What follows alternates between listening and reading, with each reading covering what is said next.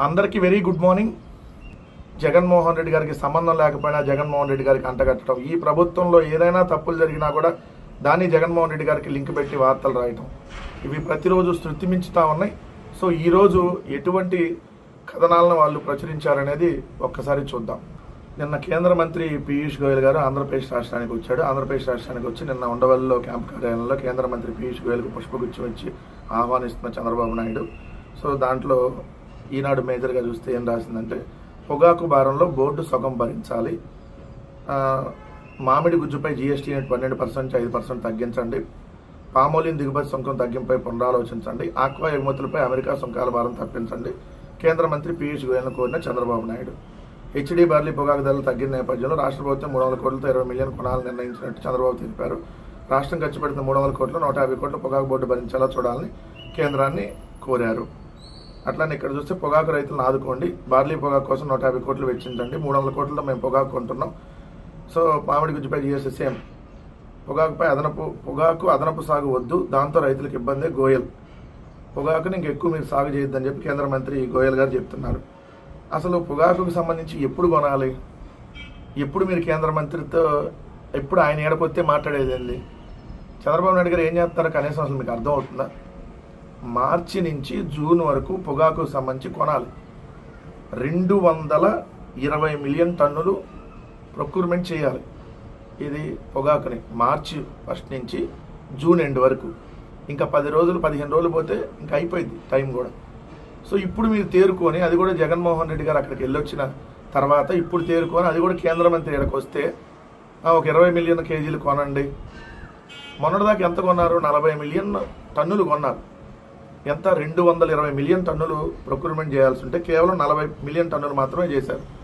Rate కూడా 220 నుంచి కేవలం 260 మాత్రమే అమ్ముతున్నారు. హైగ్రేడ్ క్వాలిటీ, అది కూడా హైగ్రేడ్ క్వాలిటీని 360 రూపాయలకి పక్కన కర్ణాటకలో కొంటుంటే, జగన్మోహన్ రెడ్డి గారి ప్రభుత్వం ఉన్నప్పుడు కూడా 366 రూపాయలకి జగన్మోహన్ రెడ్డి గారి హయాంలో కొంటే, ఇప్పుడు కర్ణాటకలో 360 కొంటున్నారు. జగన్ గారు ఉన్నప్పుడు 366 కొన్నారు.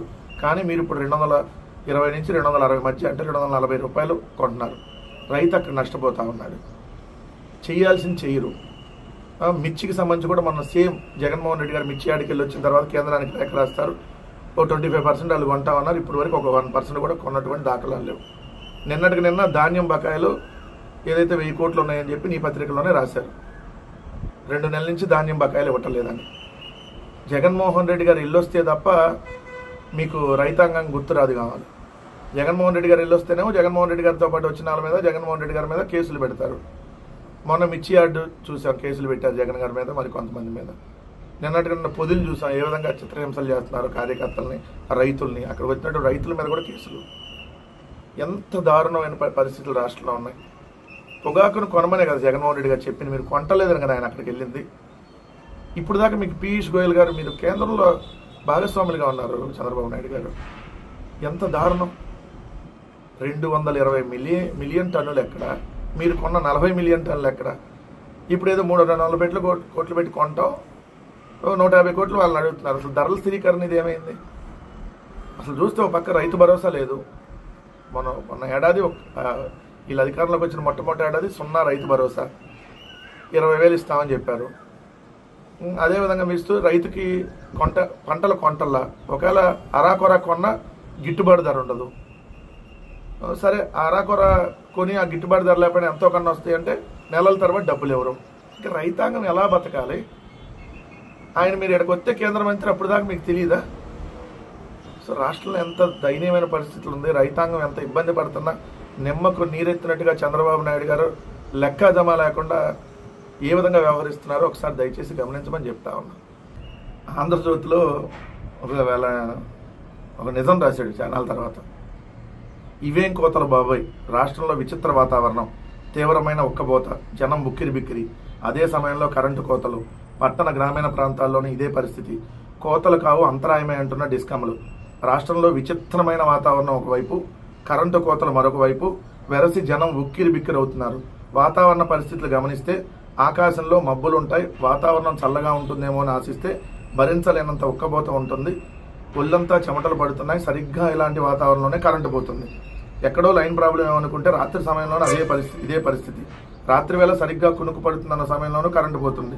దీంతో జనంలో అసహనం పెరుగుతుంది. ఏదైనా సాంకేతిక లోపమో విద్యుత్ డిమాండ్ పెరిగిపోవడమో ఆరా తీస్తే అందుకు భిన్నంగా రోజుకు 242 మిలియన్ యూనిట్ల డిమాండ్ కాస్త క్రమంగా పడిపోతుందని డిస్కమ్లు చెబుతున్నాయి. సో విద్యుత్ డిమాండ్ కొనుగోలు రాస్తా. సో రాష్ట్రంలో కరెంటు కోతలు ఉన్నాయి. ఇది వాస్తవం. ఆంధ్రజ్యోతి రాసింది. ఇదే జగన్మోహన్ రెడ్డి గారి హయాంలో ఉంటే అసలు రాష్ట్రంలో అసలు వాతావరణం అంతా దెబ్బతినిపోయిందని, అసలు ప్రజలు చచ్చిపోతున్నారని, ఇంత కరెంటు కూడా ఇవ్వలేనటువంటి దుస్థితిలో ఆంధ్రప్రదేశ్ ఉందా? ఇంకా భవిష్యత్తులో కూడా కరెంటు ఇవ్వలేరా? వాళ్ళ వార్తలు ఇలానే ఉంటాయి. భవిష్యత్తులో కూడా ఇంకా కరెంటు ఇవ్వలేరా? భవిష్యత్తులో ప్రజలందరూ చనిపోవాల్సిందేనా? ఇప్పుడే నిద్ర పట్టట్లేదు ప్రజలకి. ఇంకా ఆంధ్రప్రదేశ్ రాష్ట్రానికి కరెంట్ ఎవరు సప్లై చేయరంట. ఇప్పుడే ఇంత కరెంటు కోతలు ఉంటే రేపు పరిస్థితి ఏంటి? రేపు ఇంకా ఎక్కువ అవుతుంది. ఈ విధంగా వార్తలు రాసి ప్రజల్ని దాన్ని కూడా రాజకీయంగా వాడుకోవాలనేటటువంటి ప్రయత్నం చేసేవాళ్ళు. మరి విద్యుత్ ఛార్జీలు విపరీతంగా పెంచుతున్నారు ఓపైపు. కానీ మరి విద్యుత్ కూడా ఎందుకు ఇవ్వట్లా? కరెంటు కోతలు చాలా దారుణంగా ఉన్నాయి ఆంధ్రప్రదేశ్లో. చాలా దారుణంగా ఉన్నాయి. ఒక పక్క వర్షం పడుతున్నా కూడా కరెంటు కోతలు, వర్షాకాలంలో కూడా కరెంటు కోతలు, ఎండాకాలంలో కరెంటు కోతలు. సో ఇంత దారుణమైనటువంటి పరిస్థితులు ఉన్నాయి. అదే జగన్మోహన్ రెడ్డి గారి ఒక్కరోజు ఏదన్నా ఒక గంట కరెంట్ తీస్తే అసలు 24 గంటల కరెంట్ తీస్తారని రాసేవాళ్ళు వార్తలు. ఇలా ఉంటాయి వాళ్ళ వార్తలు. అలా విషం చిమ్ముతాడు ఆంధ్రజ్యోతి రాధాకృష్ణ అంటే పంచాయతీ నిధులు హాంఫట్, 100కు పైగా సంపన్న మేదర పంచాయతీలు 5 ఏళ్లుగా దోపిడీ, కోట్లలో అక్రమాలు, కొన్ని చోట్ల చేపట్టిన ఆడిట్లో వెల్లడి, వైసీపీ సర్పంచులు, కార్యదర్శులు, అధికారులు అంతా కలిసి దోపిడీ, నిజాయితీ ఆడిట్ అధికారులను బదిలీ చేస్తున్న వైనం, మేజర్ పంచాయతీల పారిశుద్ధ్యం పనులను అడ్డం పెట్టుకుని భారీగా నిధులు దండుకున్నారు, నిర్మాణ పనుల్లో ఏఈలను వాడుకొని ఎంబుక్కుల్లో రికార్డు చేయకుండా స్వాహా చేశారని చెప్తున్నారు, మీటింగ్లు పెట్టుకున్నారు, అజెండాలో లేని పనులు చేసినట్టుగా రికార్డులు సృష్టించి మరీ దోచుకుంటున్నారు, 1 కోటికి పైగా ఆదాయం వచ్చే 100కు పైగా మేజర్ పంచాయతీలో భారీ స్కామ్కు తెరదీశారు. ఏ పంచాయతీలో ఎవరు, ఎంత, ఎక్కడ జరిగింది చెప్పాలి కదా. ఊరకం నీ ఇష్టం వచ్చినట్టు రాసేస్తే కాదు కదా వార్త. ఏ పంచాయతీలో జరిగింది, ఎంత దానికి ఆదాయం, ఎంత మిస్యూజ్ అయింది, దానికి ఎవరు, నిజంగా జరిగితే అది రాయాలి వార్త. ఊరకు బురద చల్లడానికి పంచాయతీ నిధులు హాంపట్టు, అక్కడ దోపిడీ జరిగింది, ఇక్కడ దోపిడీ జరిగింది, ఆ మంత్రి ఒక కుంభకోణం చేశాడు, ఈ మాజీ మంత్రి చేశాడు, ఆ మాజీ ఎమ్మెల్యే చేశాడు, అక్కడ 100 కోట్లు, ఇక్కడ 1000 కోట్లు, ఈ లిక్కర్ స్కాము, అది జరిగింది, ఇది జరిగింది, బంగారం అక్కడికి వెళ్ళింది, బంగారం కింద నేలమాలగల్లో ఉంది, లేదంటే బంకర్లో ఉంది, విదేశాలకు వెళ్ళింది, లేదా షెల్ కంపెనీలకు వెళ్ళింది, రియల్ ఎస్టేట్లో పెట్టారు. రోజు నువ్వు రాసే తప్పుడు వార్తల్లో కట్టు కథల్లో భాగంగా పంచాయతీ నిధులు హాంపట్టు అంట, 100కు పైగా మేజర్ పంచాయతీలో జరిగిందంట. 100లో ఒక పంచాయతీ పేరు రాయాలి కదా అంటూ. ఇదిగో పలానా పంచాయతీలో జరిగింది, పలానా వాళ్ళు సర్పంచ్ రాయి. వార్త అంటే అది రాయటం అంటే, జర్నలిజం అంటే అది అంటారు. బురద జల్లేటటువంటి ఉగ్రవాద టెర్రరిజం అంటే ఇది నువ్వు రాసేటటువంటి వార్తలు. రాజకీయ గద్దలు, మాజీ సైనికులు, సామాన్యులు అసైన్డ్ భూములపై ఓ దళారీ కన్నేశాడు. హక్కుదారులను చీకటి భ్రమంలో ఉంచి వారిని లేనిపోని భయభ్రాంతులకు గురి చేసి తాను తప్ప మరెవరూ భూమిని కాపాడలేరని నమ్మించాడు. ఆ తర్వాత వారిని నట్టేట ముంచాడు. ఇదే దళారీ రాజకీయ నేత అవతారం కూడా ఎత్తాడు. పెద్దల ఆశీస్సులతో ప్రధానమంత్రి, ముఖ్యమంత్రికి స్వాగతం పలికే ప్రోటోకాల్ జాబితాలో అగ్రప్రధానం ఉండటంతో అధికార యంత్రాంగం కూడా దాసోహమైంది. దీంతో భూములన్నీ సర్వం ఆయన గుప్పిట్లోకి వెళ్లిపోయాయి. రామానాయ స్టూడియో పక్కన 5 ఎకరాల డీ పట్టాపై సెటిల్మెంట్, భూమి విలువ 82 కోట్ల పైమాటే. వైసీపీ మాజీ ఎమ్మెల్యే గుప్పిట్ల ఆ భూమి, ముందుగానే కాంపౌండ్ వాల్ నిర్మాణం, ఆ ఫైల్ను ప్రాసెస్ చేస్తున్న అధికారులు, రెవెన్యూ అధికారులకు మౌఖిక ఆదేశాలు. సౌభాగ్యరాయపురంలోని 38 ఎకరాలపై మార్చి 1 వారంలో ఒప్పందం, షెల్ కంపెనీల ద్వారా డబ్బు పంపిన నేత, ఆ తర్వాత అర్ధరాత్రి అడ్వాన్సులు, భూదళారీ అవతారం ఎత్తిన నేతకు పెద్దల ఆశీస్సులు. గతంలో వైసీపీలో పనిచేసి ఇటీవల టీడీపీలో చేరిన ఓ భూదళారీ ఓసరవెల్లిగా మారి విశాఖ దాని చుట్టుపక్కల ఉన్న విలువైన భూములు మింగేసిన కథ ఇది. గతంలో వైసీపీలో ఉన్నారంట, ఇప్పుడు టీడీపీలో ఉన్నాడు. మరి టీడీపీ నాయకుడు రాజకీయ గద్ద, టీడీపీ నాయకుడు బూమ్ హాంఫట్, ఇది కదా పెట్టాల్సిన హెడ్డింగ్. నువ్వు గతంలో వైసీపీలో పనిచేసి ఇప్పుడు టీడీపీలో చేసిన అతను వైసీపీయే, అతను అక్రమాలు చేస్తే వైసీపీయే, ఇప్పటికీ వైసీపీ కింద కొనసాగుతున్నాడు. మీరే రాస్తారు గతంలో వైసీపీలో పనిచేసి ఇటీవల టీడీపీలో చేరిన ఓ భూదళారీ ఓసరవెల్లిగా మారి విశాఖ దాని చుట్టుపక్కల ఉన్న విలువైన భూములు మింగేసిన కథ ఇది. రెవెన్యూ పెద్దల ఆశీస్సులతో ఇప్పటికే ఎండాడులోని మాజీ సైనికుల భూములు సెటిల్ చేసిన ఆ దళారీ నేత ఇప్పుడు మరికొన్న భూములపై కన్నేశాడు. ఎవరో ఏందో అతని పేరు రాసి మరి కేసులు పెట్టండి, ఎవడొద్దన్నాడు? తెలుగుదేశంలో ఉన్నాడు కదా అప్పుడు. అంటే ఈ వార్త ఎందుకు రాశారంటే సెటిల్మెంట్.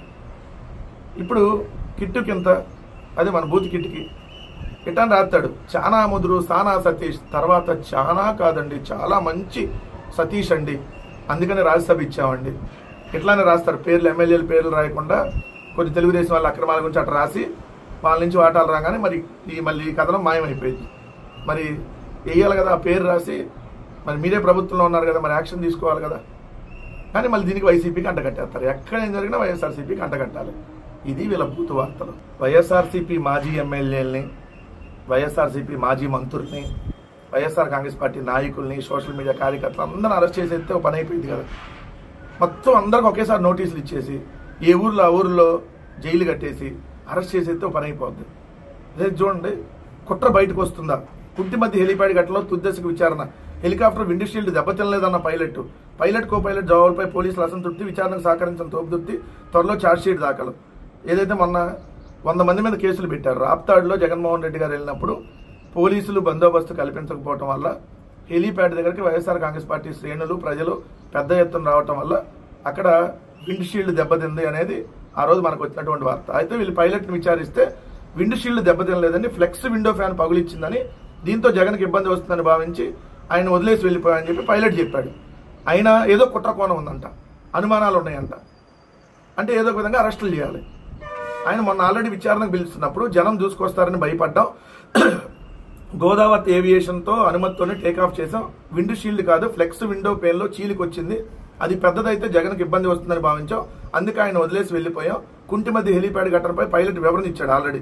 ఏమని? హెలికాప్టర్ ఫ్లెక్స్ విండో పేన్ అంటే సైడ్ మిర్రర్ క్రాక్ ఇవ్వడంతో అక్కడి నుంచి జగన్ తీసుకెళ్లకుండా వెళ్లిపోయాను పైలట్ చెప్పారు. హెలికాప్టర్ వద్దకు జనం దూసుకురావడం, చుట్టుముట్టేయడంతో సైడ్ మిర్రర్ దెబ్బతిందని, వీవీఐపీ పర్యటన ముగించుకుని వచ్చేసరికి మళ్ళీ హెలిప్యాడ్ లోకి జనం ఎక్కడ దూసుకువస్తారో అని భయపడ్డామని తెలిపారు. ఈ విషయాన్ని గోదావరి ఏవియేషన్ సంస్థ యాజమాన్యానికి, అంటే ఇది సంజయ్ గోదావరికి సంబంధించి మహారాష్ట్రలో దానికి సంబంధించినటువంటి హెలికాప్టర్.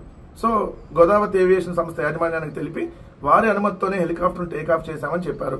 హెలికాప్టర్ గాల్లోకి ఎగిరినప్పుడు మిర్రర్ చీలిక మరింత పెద్దదైతే జగన్కి ఇబ్బంది వస్తుందనే ఆందోళనతో ఆయన తిరిగి తీసుకెళ్లకుండా వెళ్లిపోయామని చెప్పారు.